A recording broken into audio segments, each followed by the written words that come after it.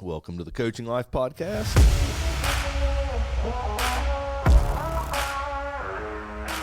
I'm Pat Martin.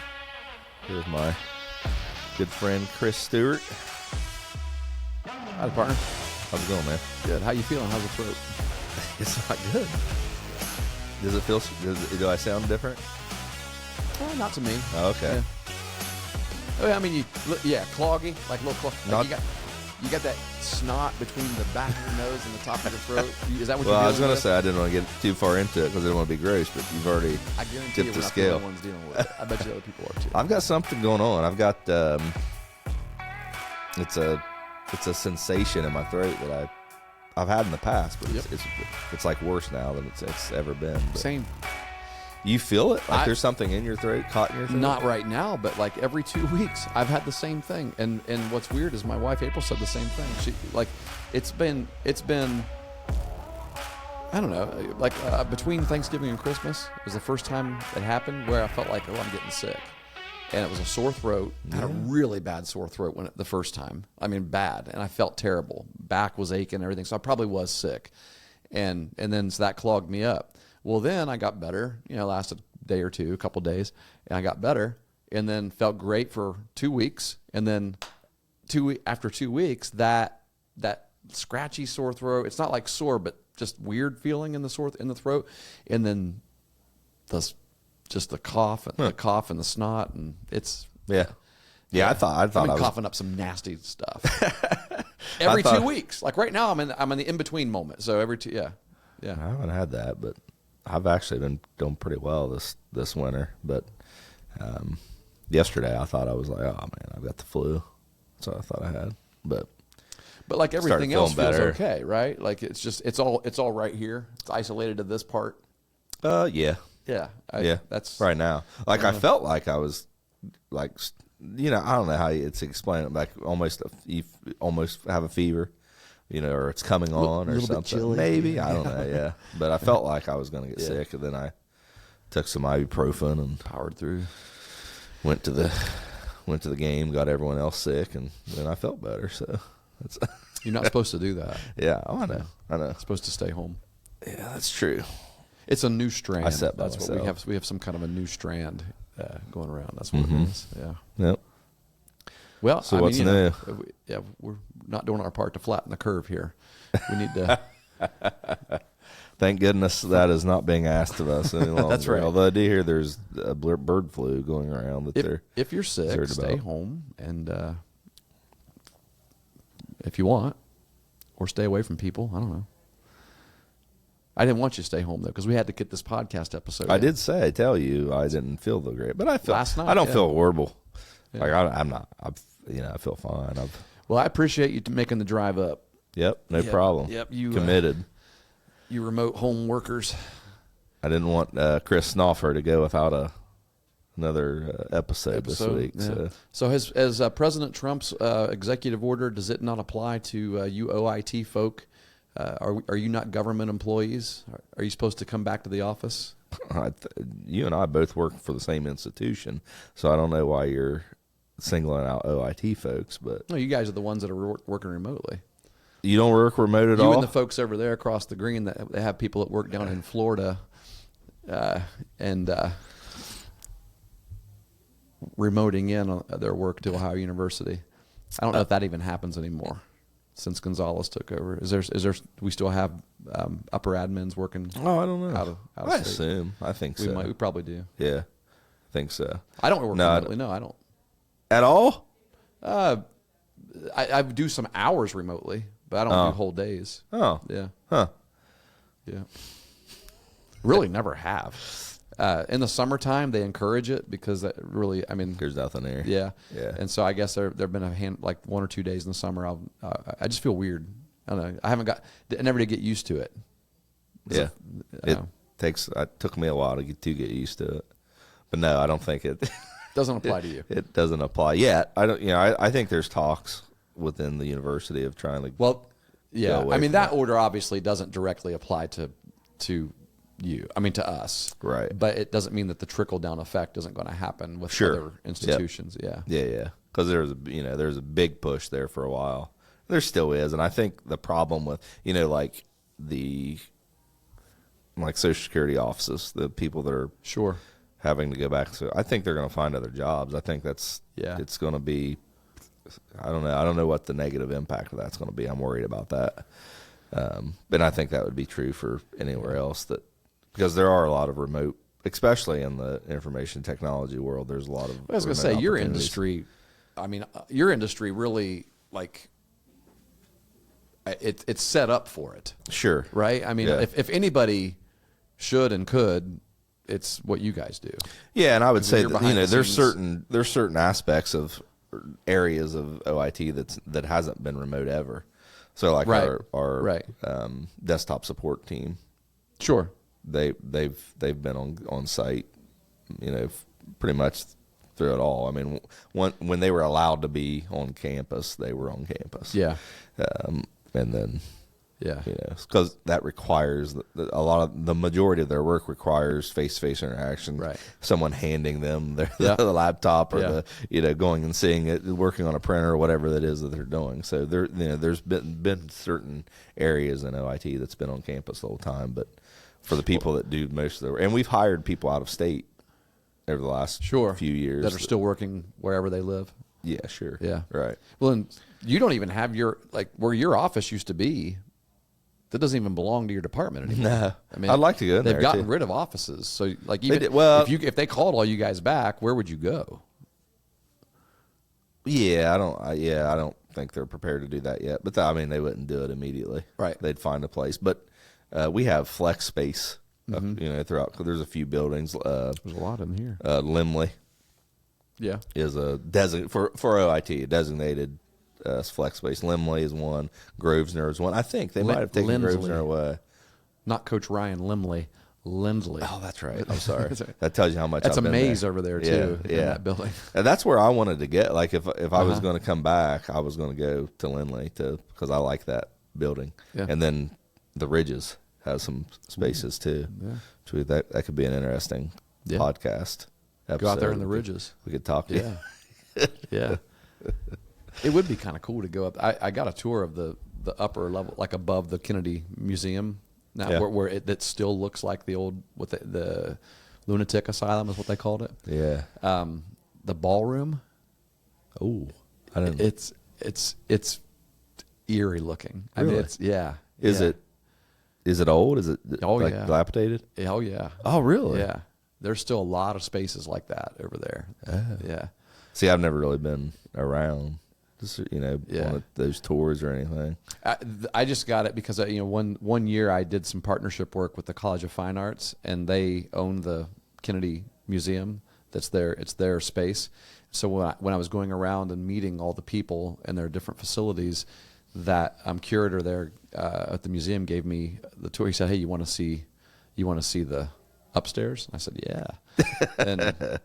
So he took me around to those spaces. It kind of reminded me of like the movie The Shining.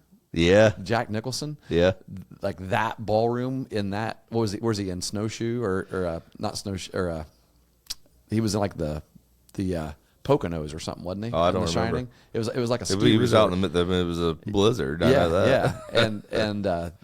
that just kind of reminded you of what it would have looked like in its day, and so that's creepy. Oh yeah. I'm not a fan of the things like that. People ask me, It's fascinating. They're like, "Do you believe in ghosts?" And I say, "No." Oh no. And they're like, "Okay, you want to go check us out?" And I'm like, "Nope." Because I don't believe in ghosts. I do know that there are demons. Yeah. What you think is a ghost is you are hearing something. Yeah.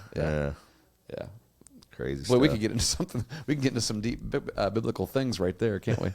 So, yeah. Hey, I want to say something real quick. All right. There's an individual that's we're going to talk about going to the OHSBCA, the coaches clinic here at the end of the week, and there's a coach, Dave Klontz from that coached Heath High School in Ohio. Coached him for 50 years.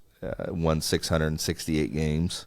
He's won 2 Division III state championships, league championships. One of those being last year, right? No. So he was not the coach last year. Gotcha. He stopped being the coach, I think, in 2016. However, he coached them for 50 years. In 2016, he continued to work on their field and put a lot of effort and time into the field. Yeah. And passed away a couple weeks ago.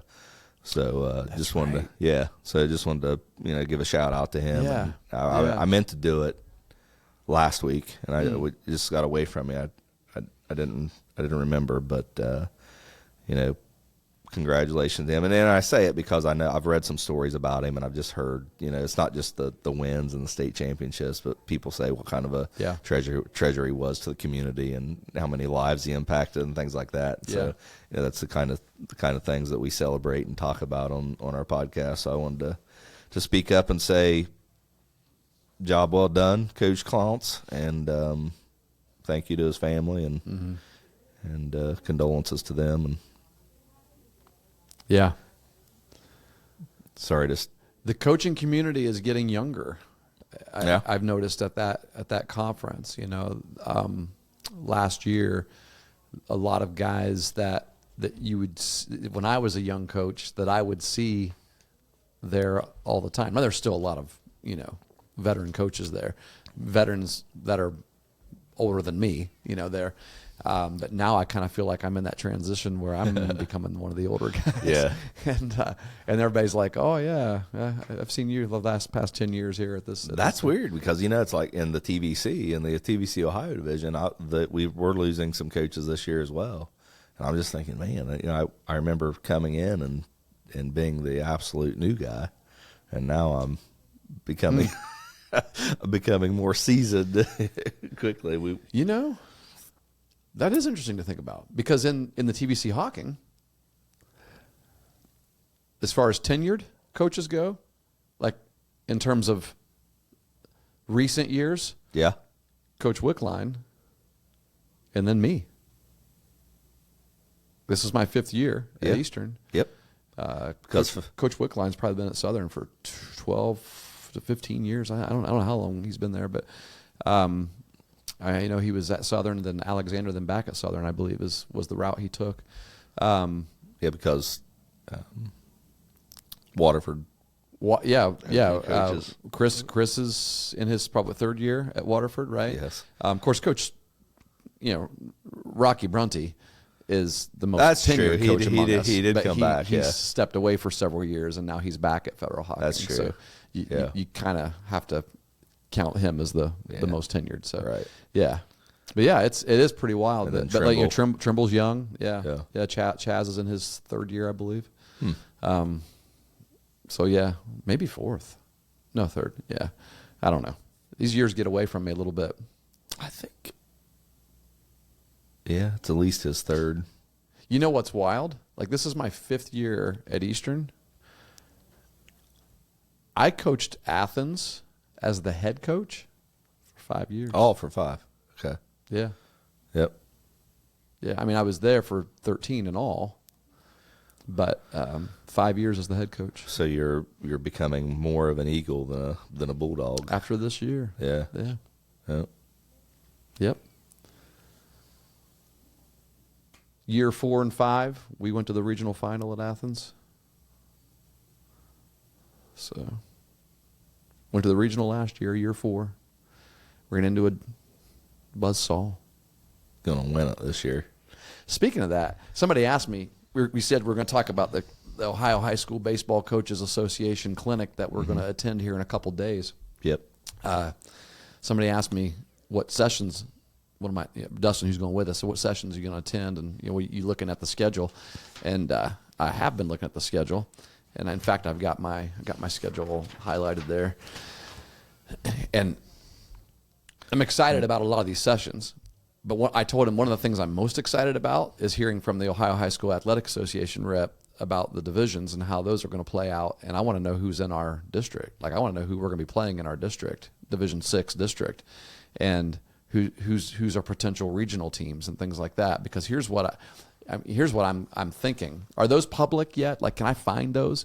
Because Excuse me. You know, I never thought in my mind that they were going to change districts, but they'd have to. I'm pretty sure, based on what I'm seeing in the basketball divisions, that Southeast District South and Southeast District North, or was it East and West?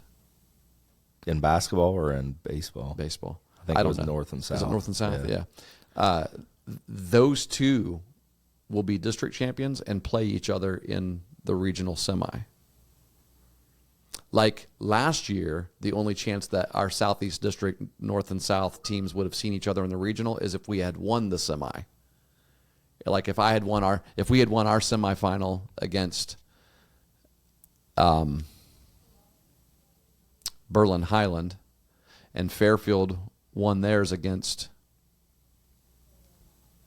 whoever they played, then we would have met another Southeast District team in the regional final. But the way it looks is that the two Southeast District champions will play each other in the regional semifinal, which would then mean, so would you not see a team like Highland until the regional final? Gotcha. 6 of one, half dozen of the other. I see what you're It's the saying. regional. Yeah. I mean, so anyway, I don't know. I mean, this is boring stuff for people who are listening, but it's something that I've been thinking about a lot. Sure. Yeah. Yeah. I don't know, and it probably will be a lot like basketball. I would say basketball. Very similar. Yeah. Now, I probably wouldn't be able to track that very well because, well, basketball does have. I guess it's possible for. I don't know what the difference is across the board because Megs is D4 in basketball and we're D5 in baseball. So yeah, but that might be the only difference. Could be. And the D4 in basketball and baseball in the Southeast District could be the same. right. But teams that were in our district, I don't know. I was just thinking that maybe that we would have the same teams but less, and that's one of the reasons that we no longer have that sectional. Yeah, you're championship. basically playing in the district championship 3 games into the tournament. Yeah. Yeah. But I don't know. I haven't thought about it. Yeah. I don't know, but that's like I'm sure that there'll be lots of conversation about this newness this so when week, and so I'm excited about. When are you planning on seeing that? I don't. So that is actually that'd be, a Friday morning meeting with Yes. Emily Mason I got you. and Yeah, Ronald yeah. Sayers from Right before we go to our OHSBCA. district Yeah, it's meeting, before the mini clinics, and it's after.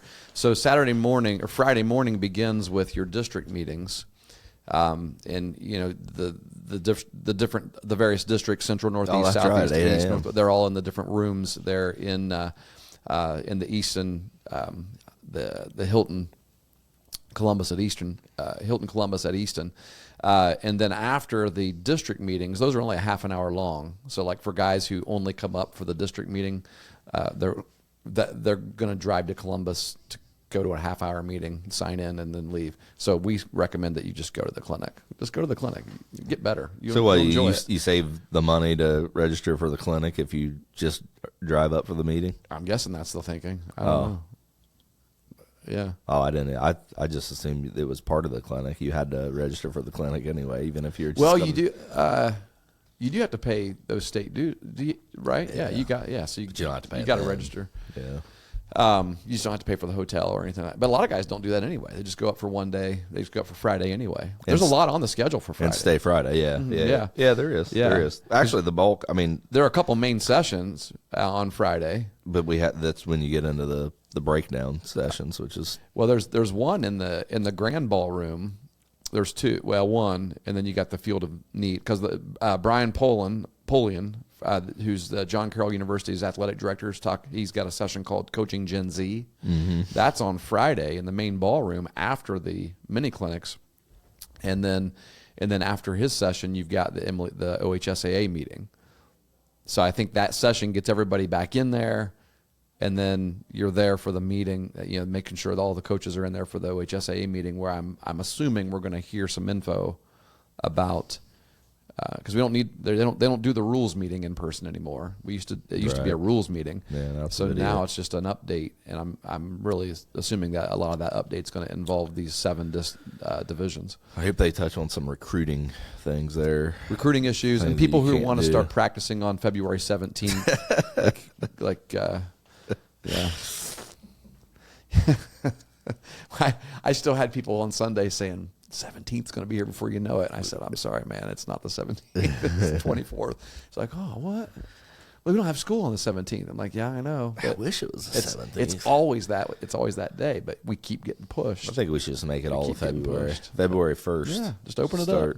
Yeah. It's easier to remember, So, yeah, no, there's the Friday looks great. I mean, these mini clinics, like there's 4 different sessions of mini clinics, which are basically like workshops. They're smaller workshops. There's multiple I haven't speakers going on at the same time. Lined them up to see, because there's duplicates, so you have a chance. There's only a handful of duplicates. There are. You only got like one chance to see some of these. Yeah, right. So I haven't lined them up to know, to say, well, I have to go here for that. But here's some interesting topics: old school teachings, new school tactics. Yeah, bringing the two together. Mm. Yeah.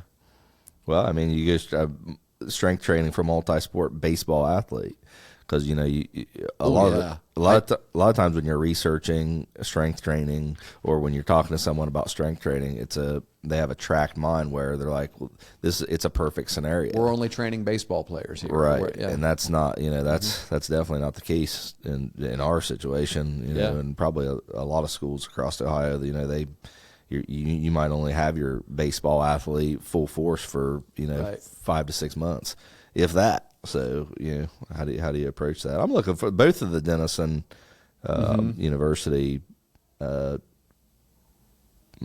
sessions. I'm looking forward to. What's the Denison? Developing dynamic hitters. Yeah, but then 2. Where was that?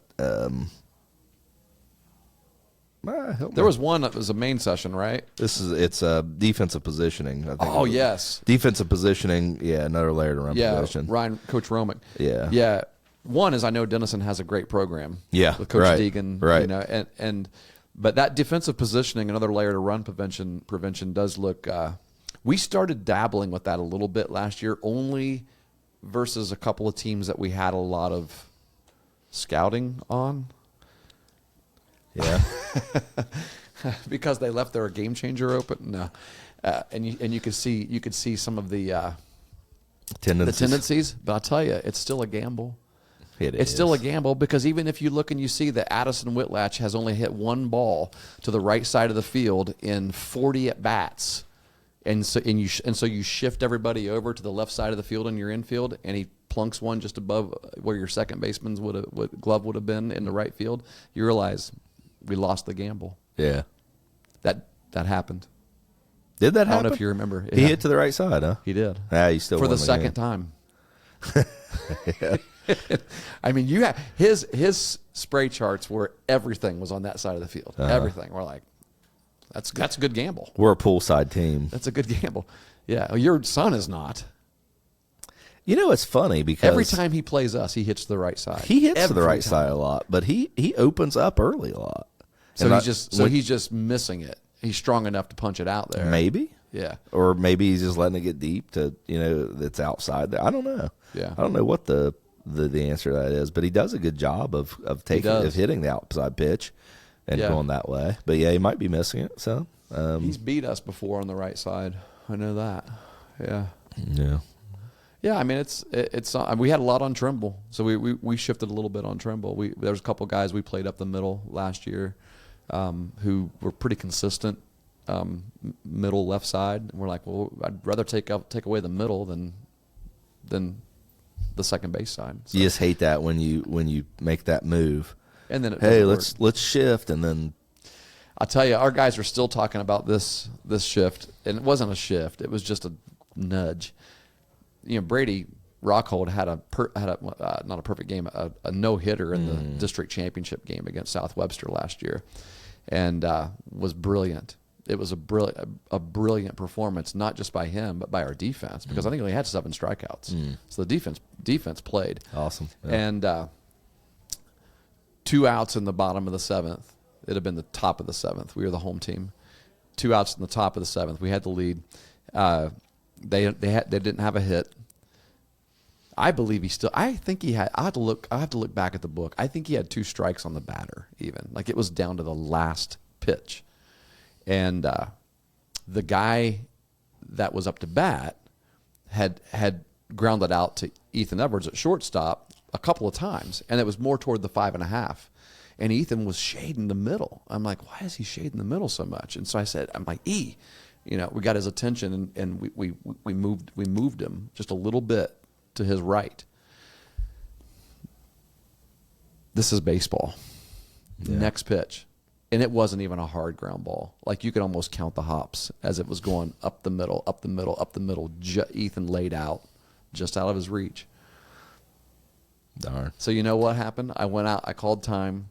I went out to talk to Brady and our infield. And the first thing I said was, "Give me the ball. You're done." He was like, "What?" But Ethan looked at me and goes, "Why'd you move me?" Ethan was mad. I'm like, "I'll take it." Like, probability said. I said, you know what? I mean, where those the other times the kid was up to bat. I'd asked Ethan why he was shading. So, yeah, why were you shading the middle to start with? So but like pitch location wild, and selection. I mean that can get you, like, if you have a strategy going in, like, okay, this guy's pull side, we're gonna shade and we're gonna keep the ball in. You know what I mean? Because if he hits an outside pitch, he can miss it to the opposite way very easily. That's the missing ingredient that I think people at our level don't realize sometimes, or maybe they do, and that's why we don't see a lot of shifting. Is a lot of the reason why these major league teams shift and are able to do it successfully is because they have pitchers on the mound that they know. Yes. That, hey, when they pull that card out and they see that this pitcher's gonna pitch this guy away. Yes. Then we can shift him away because he's not gonna miss inside. He's just not. Right. And if he's going hard away and soft inside, or whatever, or vice versa, then we know how to play him defensively.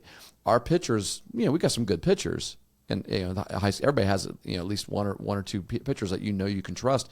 But can you trust them to that level, right, to where they're not going to make a mistake? Sure. I don't know, but usually that's when you get bit, is when the pitch isn't in the location that right. Because if if you're playing a pull team, do you want to pitch them inside all the time? Because that's what they're looking for. Oh, I mean, right? True. Yeah, right. And so, you want them to try to hit that ball off the end of the bat and roll over it and hit some lazy ground balls, but every now and then one's going to go to the right side. So sure. do you actually... Yeah, and it just makes it more difficult to get outs, too, because they're, like you said, they're looking for a certain pitch, and you're hitting that spot. So you're giving them what they're looking for. Yeah. In the major leagues, you're talking about significantly more difficult standards or situations to hit in. For sure. Yeah. Yeah. So no, there's some really good mini clinics. I'm excited about those. Here's another one here that I wanted to point out, but I can't find it. What it is. On the mini or the main session? Pitcher development, 12-month schedule. That's interesting with Coach Mott from Wesleyan. Yeah, Coach Peyton Buckley's coach. Oh, we'll get some insight there on. Yeah, that's right. Yeah. Some insight on what old Peyton's going to be going through. Yeah, coaching the mental game. Our on campus coaching Gen Z resident. Do you see that though? Coach we have McWilliams. Ohio University. Yeah, Coach McWilliams coaching the middle game. Coaching Gen Z. I don't think I've met Kenyon McWilliams. I haven't either. I'm definitely going to go to one of his sessions. I'd like to introduce myself. Yeah, because he's on there. That's one that's duplicate, right? Yeah, he does it 2 times in a row on Friday. No, there was one there that I thought. Body language. Yeah, that's him. Body language. There was Oh, I guess the John Carroll is the one that's doing coaching Gen Z. That's a main session in the ballroom. And maybe that's what I'm missing. Yeah, is the main session. Well, of course, we always have the. I hate saying it this way, but we always have the new Ohio State coach speaking. It's not. It didn't used to be new. Coach Beals was there for years, but here in the last 4 years, we've had 2 different coaches 3 years. Is a new coach this year? Justin Harris is brand new. Oh, he is? At Ohio State. I thought he was here last year. Did they hire him? I think he was hired in the summer, maybe.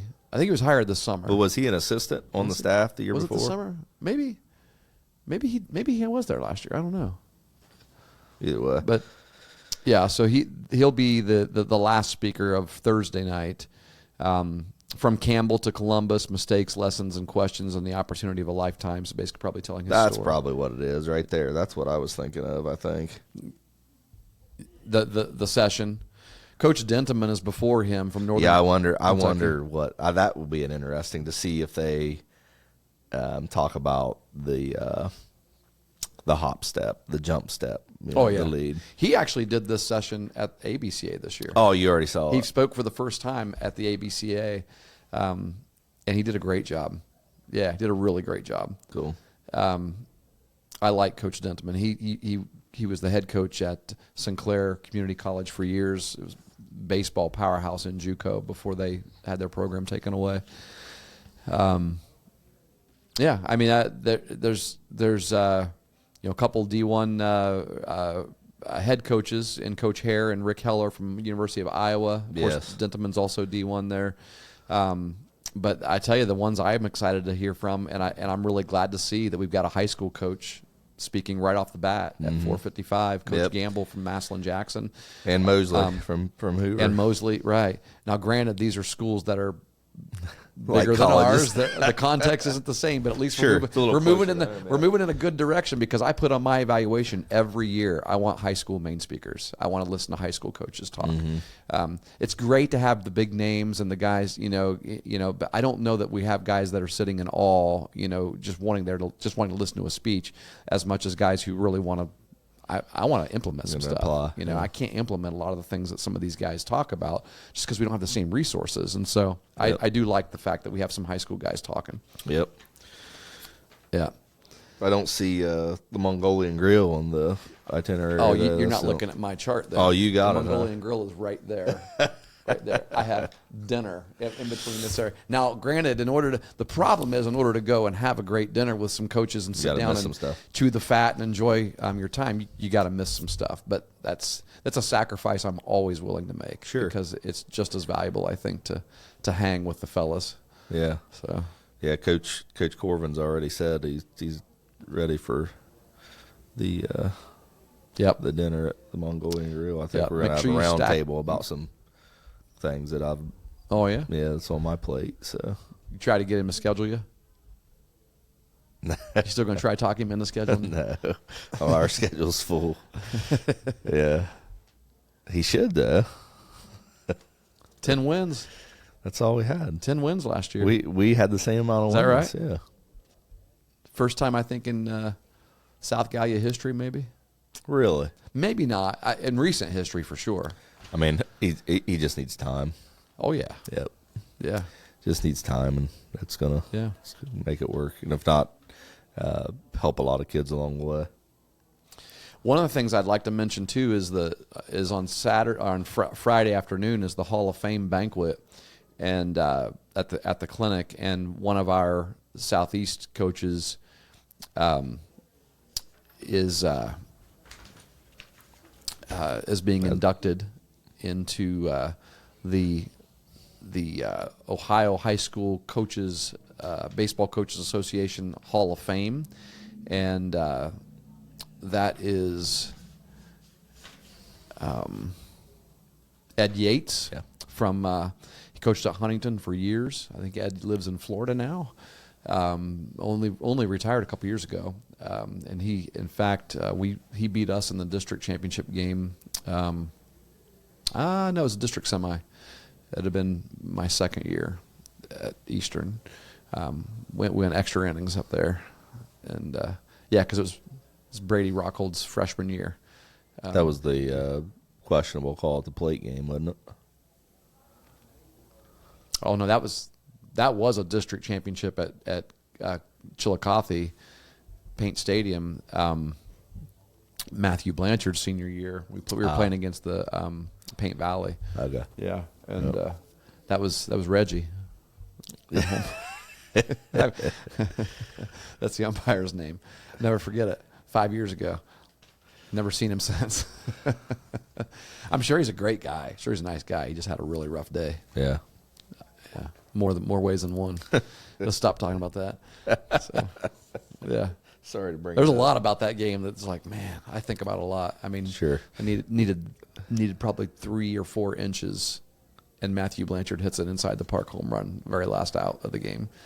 Just a shot down the right field line. Problem is, he had hit three balls before that. I felt like you got that. Speaking of shading somebody, according to the tendencies, the kid ran all the way to the foul line and laid out and caught that ball. Is that right? Oh yeah. Matthew was around first base when the kid caught it, and I was in my mind, I was like, I'm waving him, as it had been the tying run.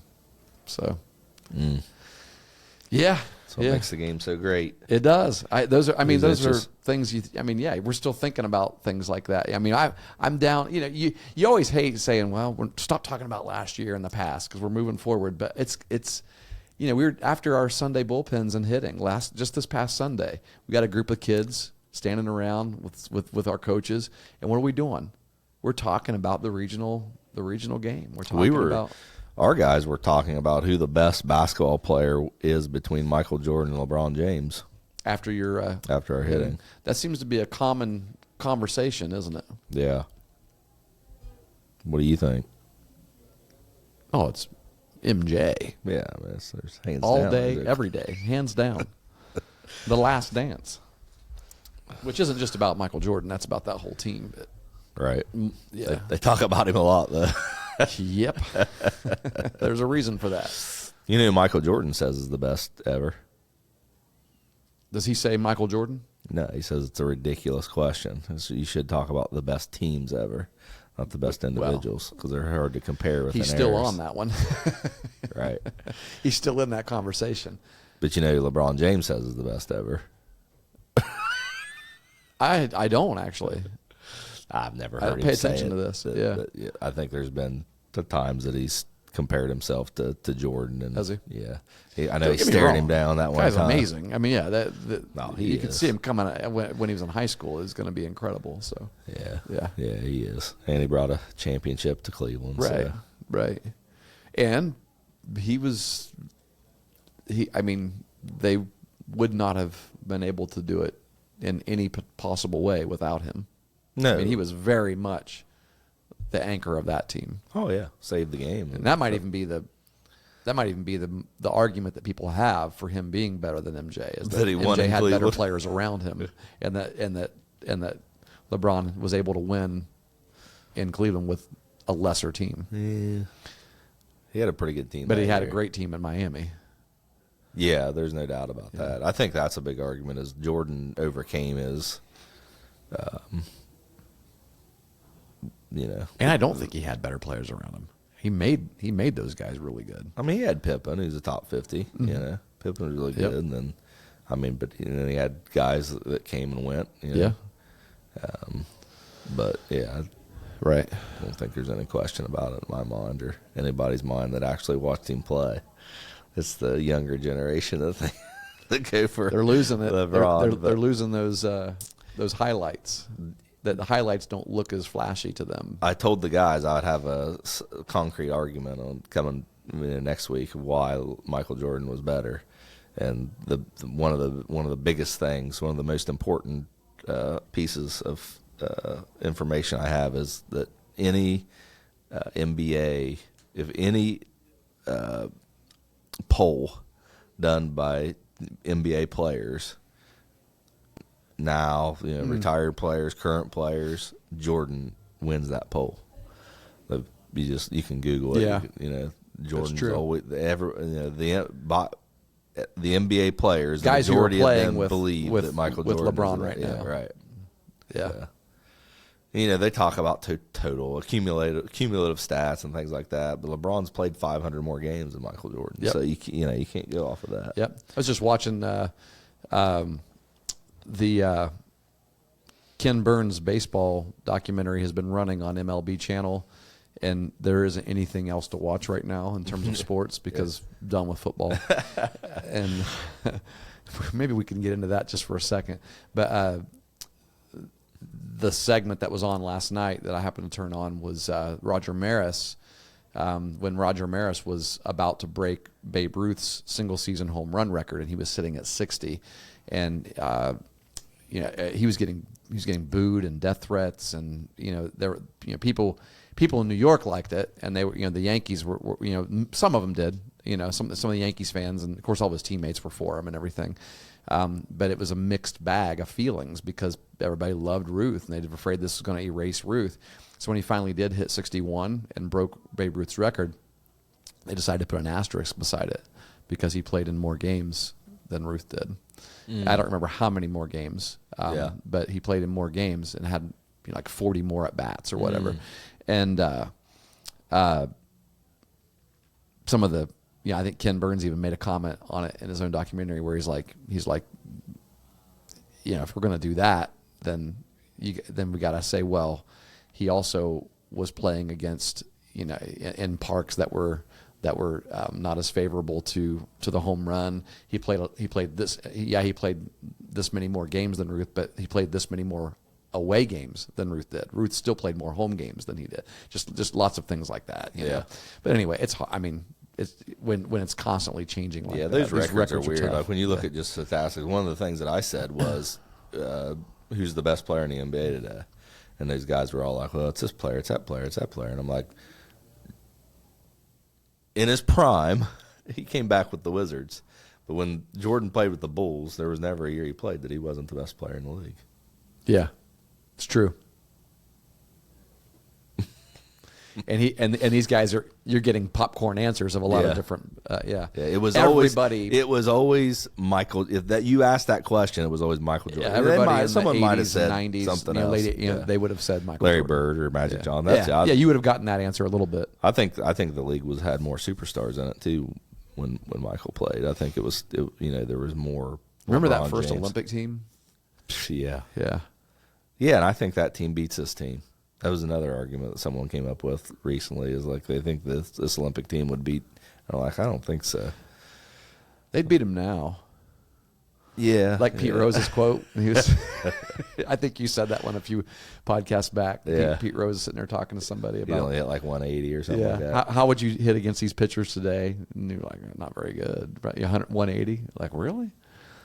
You think they're that much better? Wow, 70 years old. That is so Pete, man. I love it. I think Ty Cobb was the first one credited with that. Yeah, that was Pete stole that, right? And some other guys have done it. He stole a few things from Ty Cobb. Yeah, he did. Yeah. So we talking football? Is that where you want to go? What's wrong? I know you're excited about your new head coach. So I almost said offensive coordinator. Oh, absolutely. Yeah, absolutely excited about the new Ohio University head coach. Let's talk about the clown league for a second, the NFL. Okay. I don't think you were getting ready to say I'm excited about Brian Schottenheimer. Yeah. Don't even get me started on that. I was going to say you're new offensive coordinator, but he's actually going to be your head coach. I'm going to burn my Cowboys stuff. I'm done. Like, somebody told me yesterday that Jerry Jones had a press conference where he's talking about how people say I don't do things out of the box. I show you I do things outside the box. I believe in a guy that you watch what he does. Come on, Jerry. Everybody knows why you hired him because he's going to go, yes sir, whatever you want, sir. So anyway, so why were you mad in the AFC Championship? Oh no, it's just so. I'm not a conspiracy theory guy. Like, I'm not. But at some point, coincidences have to make you pause and say, why are there so many coincidences? I just don't think the Chiefs are that much better team than these teams that they're beating. Now, I think they're good. Andy Reid is a genius football coach, I believe. And they had a much better game plan against the Bills, and the Bills had opportunities to win.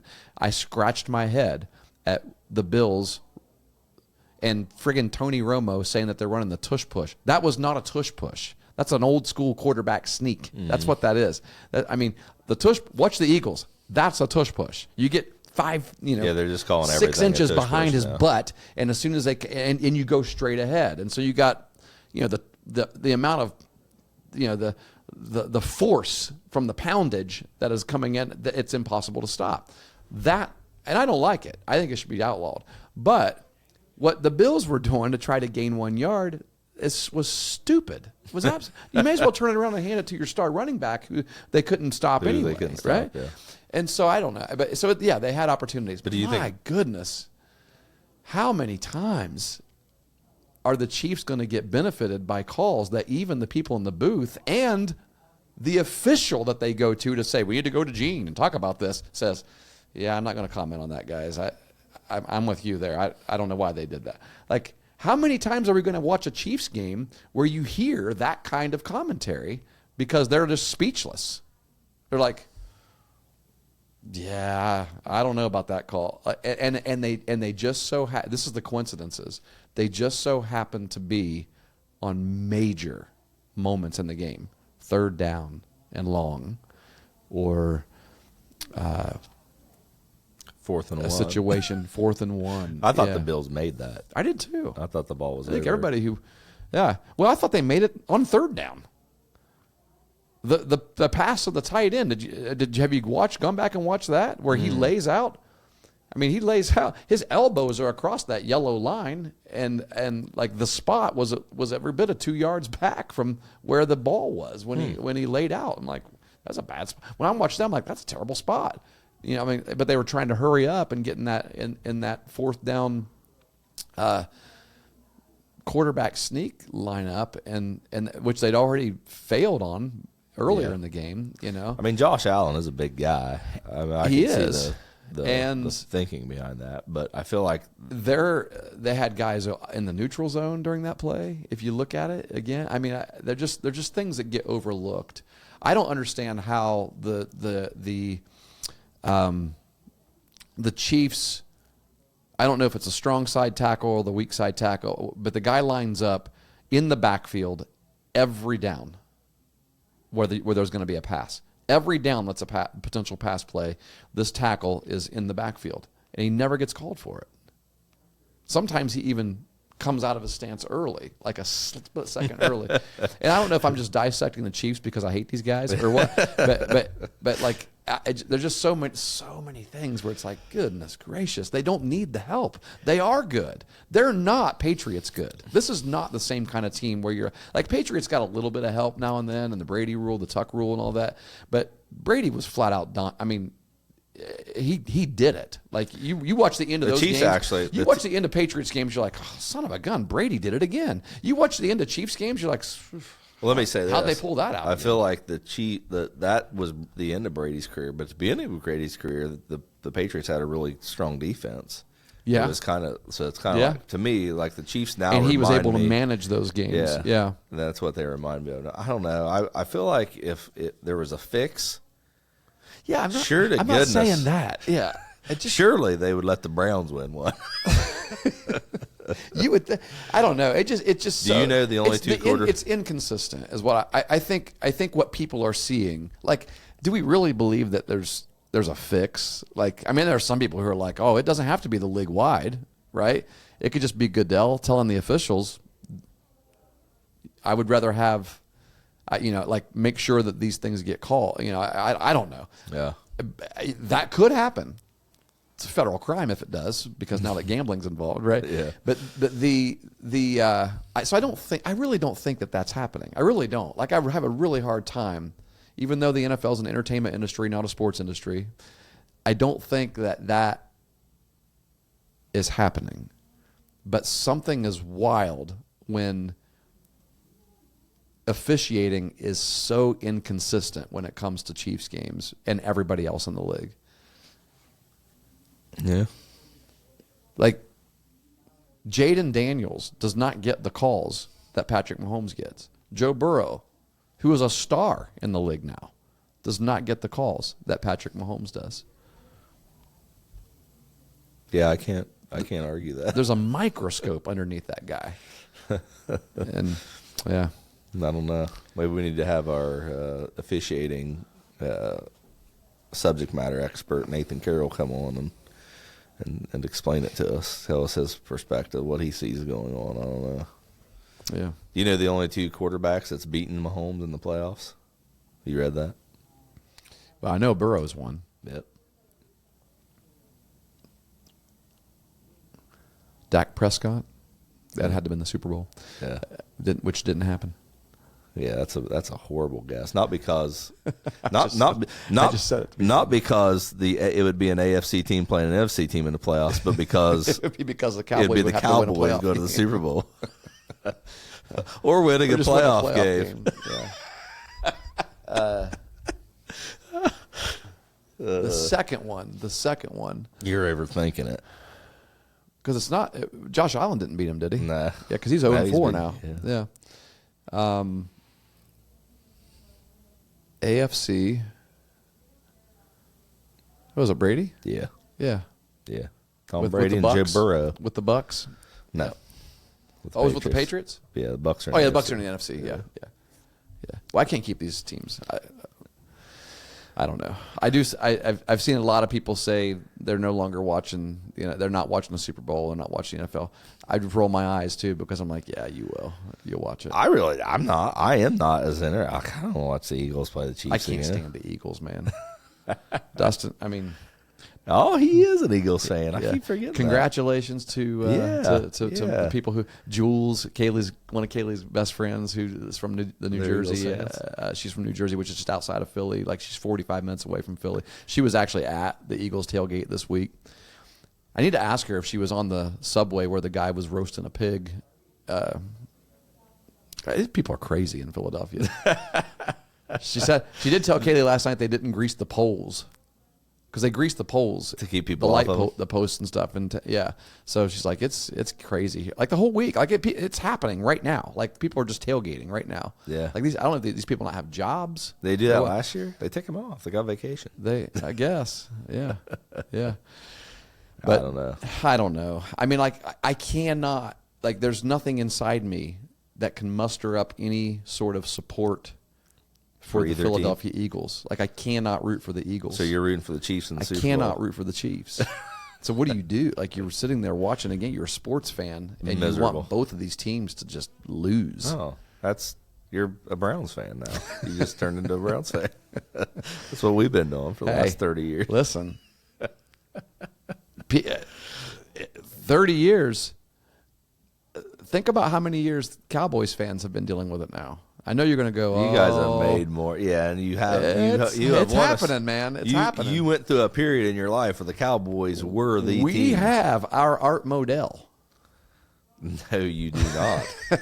You can't. You don't even have a clue what Art Modell was like. Actually, Art Modell was a good owner when he owned the Browns. He was a good owner. He was willing to spend money. He did a lot of good things for the league, but then he sold his soul. Yeah, and moved it to Baltimore. Yeah. Jerry wouldn't do that. He just built a bigger stadium. So the Browns are moving out of Cleveland, by the way. Yeah, they're going to build that stadium in Brook Park. Yeah, I like where it is. It's a suburb.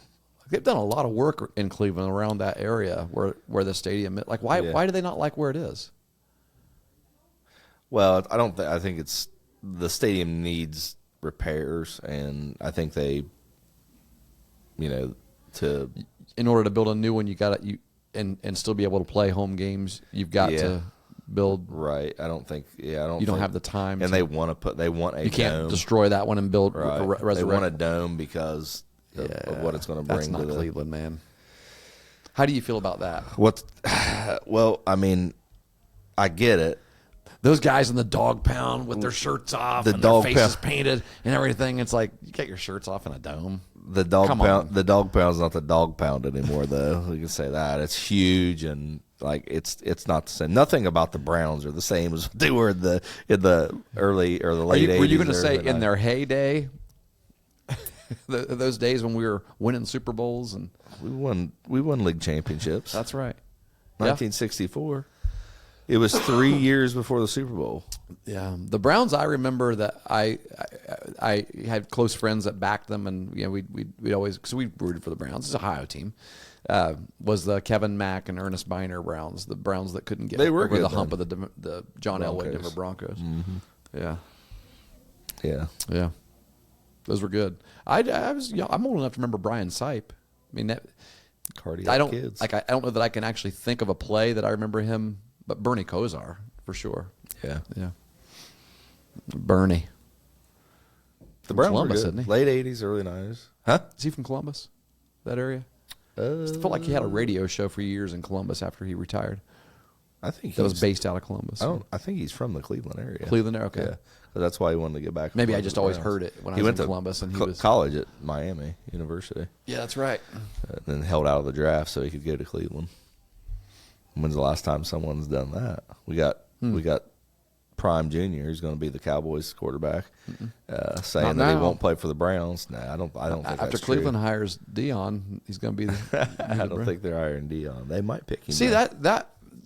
Go back to Brian Schottenheimer a second. Why would you not hire Dion? Maybe Dion didn't want it. Like, I don't even know. Did they even interview Dion? Because they put everybody who they interviewed out on social media. I think they had conversations, but I think you don't hire Dion because he's not an NFL coach. Yeah. If we pull the curtain back a little bit, I mean, he's going to bring a lot of hype, but yeah, what really tells us that he's going to be a great coach in the NFL, I don't know. I mean, why don't you hire Peyton Manning? Why don't you hire Tom Brady? Why don't you, there's a lot of guys out there. There are a lot of ex-players you could hire that, I don't know. Reggie White would be a good defensive coach, would he? I don't know. Just because you play at a high level don't make you a great coach. Yeah, I don't know. It's not like Colorado had a ton of success. I mean, you remember, where are the Marv Levy's and Bill Parcells and Bill Belichick and you remember the days when you had these guys were like, man, these are coaches. I mean, like Andy Reid, and they're in there. Andy Reid. I think Mike Tomlin's up there. Mike Tomlin. But, everyone's eventually starts talking about I agree. about I like Mike Tomlin. Yeah. I mean, it might be time for the Steelers to get a new coach. Yeah. I think it's dangerous. For years, I was hoping that Jerry would hire Bill Cowher. But you kind of got the sense that because his name kept coming up, and then finally you realize he's not coming back to There's coaching. people talking about the Bills getting rid of McDermott. I'm like, careful. Oh, really? Yeah, but I mean, he was outdone Sunday. Badly. You think? Yeah, I thought so. I was watching that game thinking, what are these guys doing? Their opening possession was horrible. You got a great running game. What kind of point are you trying to prove here? I mean, they didn't run the ball once in their first possession. Yeah. Well, Allen ran the first play, but that was a good play. He's been beat 4 times in the playoffs by the Chiefs. Mm-hmm. Yeah. The team that has the refs odd, behind them. The odd circumstances on their hands. I don't know. I just the team that has all the coincidental things. And here's the other thing. I don't think the Bills are all, like, from a league perspective, are all that talented across the board. I think Josh Allen's one of the best quarterbacks. Yeah, for sure. I agree. But everyone else, like, they have some talent, but not a whole lot. I think a lot of that comes from coaching. Yeah. Josh Allen means the world to the team, obviously. Yeah. But, to get a team to play together and to succeed in the way that they have, I think that you got to give the coach some credit for that. And then this is like my argument for all the Reds fans out there that want to get rid of Dusty Baker.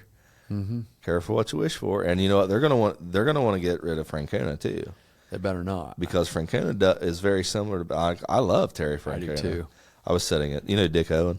I was talking to a Cleveland fan. Yeah, I know Dick. Yeah, he told me, he's like, I'd really like to see Francona come to since this was before. Oh yeah, really me too. I'm like, he's not. He's done. He's not. The next day they announced it. And I was like, that's why Cleveland fans are ticked right now. They're like, he's supposed to be in Cleveland. I like our coach. I think we did good with our coach. I think our coach. We love him, but we're mad at him. As who I was talking to. I can't remember who I was talking. Somebody in my class, I think, is a big Cleveland fan, and I'm really happy for the Reds. About that. Oh, I am. I'm excited about the Reds. They somehow managed to keep a hold of Ellie De La Cruz, and they got Francona, and yeah, I like where they are. Yeah. I really like Terry Francona as a head coach. The Guardians got lucky by getting the coach that they had because yes, normally that's not going to work, right? And it didn't work for the Reds when they got rid of Dusty Baker. Yeah, because it hasn't worked. Right? It's underestimated what these guys do in the clubhouse. Yeah, and it's true to get men to play for you.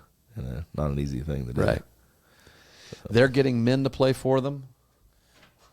We're trying to get Gen Z to play for us. So we're going to learn how to do that here. Hey, I did find something new out that I think is pretty cool. Yeah. If you're born between 1970 and 1985, so that's you. That's me. You are the Goonie generation. You know what's funny about that?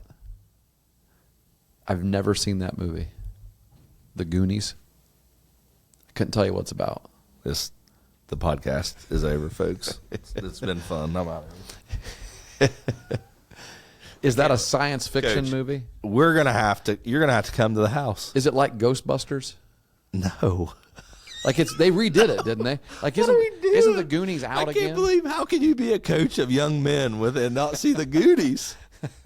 Are our young men seeing the Goonies? Are they watching the Goonies? No, but they should. Are they redoing it? Is it coming out again? No, not that I know of. Like some because I felt like you can't redo it. Yeah, you couldn't. It's great because Corey Feldman. They tried to redo Footloose.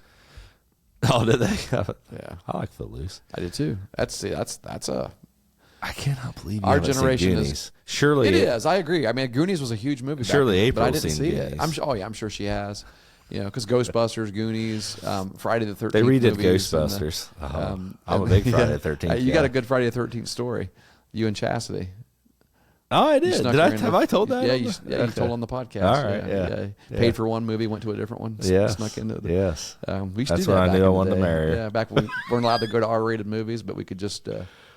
All the movies are in the same hallway, and you already got through, so it's like, well, let's go to this one. I never did that, Mom and Dad. I never did that. We listen and we don't judge. Have you seen that trend?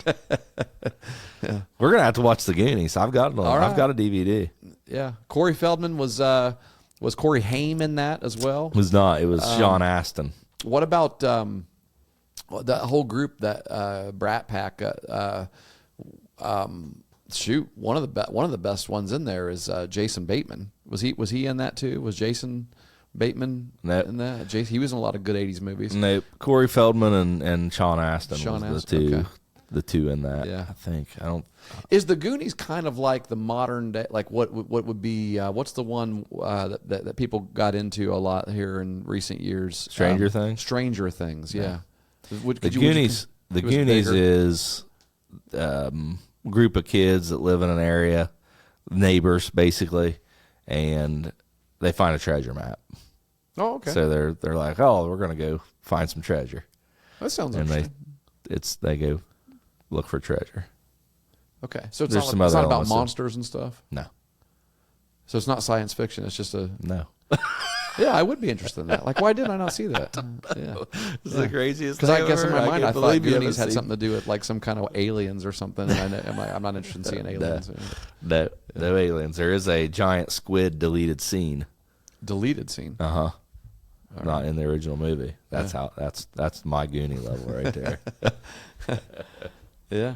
But I've seen the Breakfast Club. See, I would characterize our generation as being Breakfast Club and Weird Science. I like oh man, I love Weird Science. Yeah. I'm a Weird Science guy. Yeah, that's the same time. You don't even have a license. That's Lisa. exactly. That's the line. Yeah, give me the keys. Give me the keys. You know who can do that really well?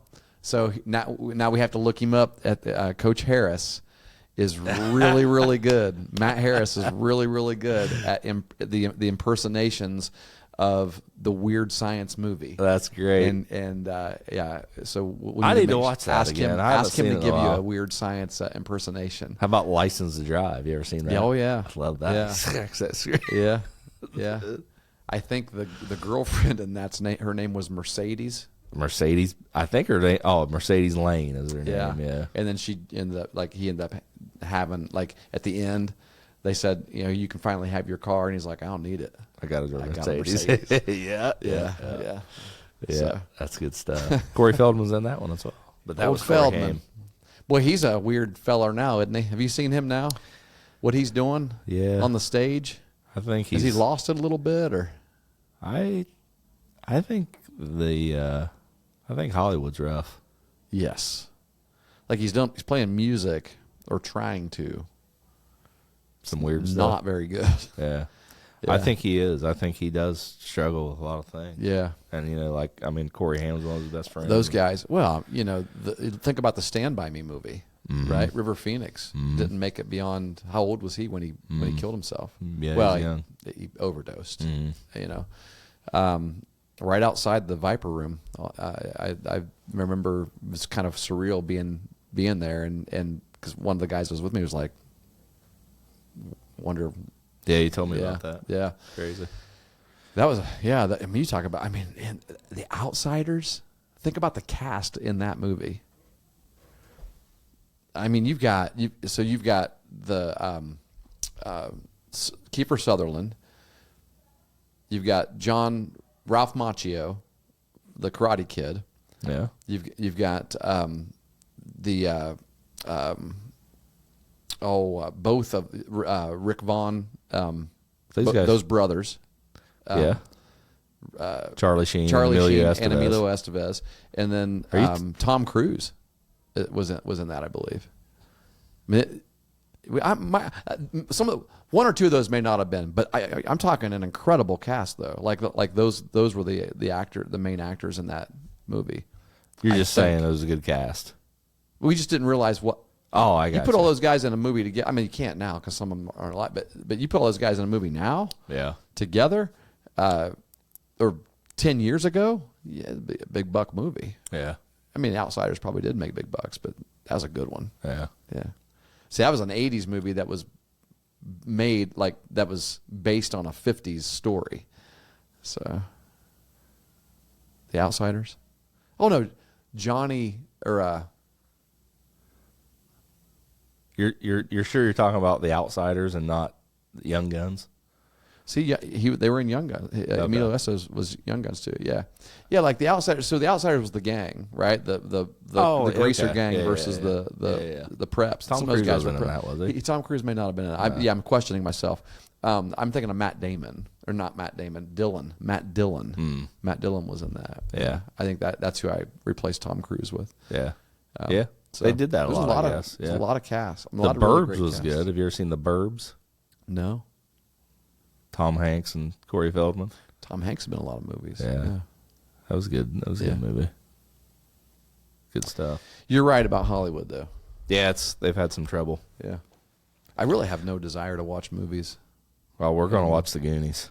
Well, yeah, I watched the old one, but today, nothing. Definitely have just to watch not even The there. Goonies. I don't know if I'm just getting old and crotchety. You'll learn that you need to watch out for booty traps. Booty traps? I think we better stop this podcast. What do you think? I don't know. What's a booty trap? I don't understand what you're saying. What would you expect it to be? Well, it could be a couple different things. I don't understand. What's your booty? When I say that, what are you thinking that I mean? Somebody's rear end. No, what are you talking about? It's a booty trap. A booty trap. Yeah. You saying booty or booby? That's what I'm saying. Booby? A booty trap. Booby? No, I'm saying a booty trap. Booty trap. Oh, you talking about like the socks, the footies, booties? Someone steps in it and they lose their booty? Listen, anyone that has watched The Goonies understands what we're talking about right now. Yeah, see that's people have probably said, "Oh, he has seen that movie." He's like, that proves it. I have no idea what the heck you're talking about. That's true. Yeah, it proves that I have not seen. We're going to see it. We'll give you the Goonies. We're going to have a Goonie review in one of our upcoming episodes. Man,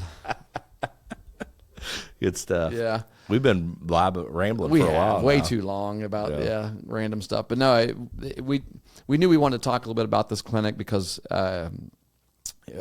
everybody who coaches, everybody who's involved in leading young people in a sport needs to take the initiative to get better. Yes. Right? You need to want to get better, and that's what this clinic's about.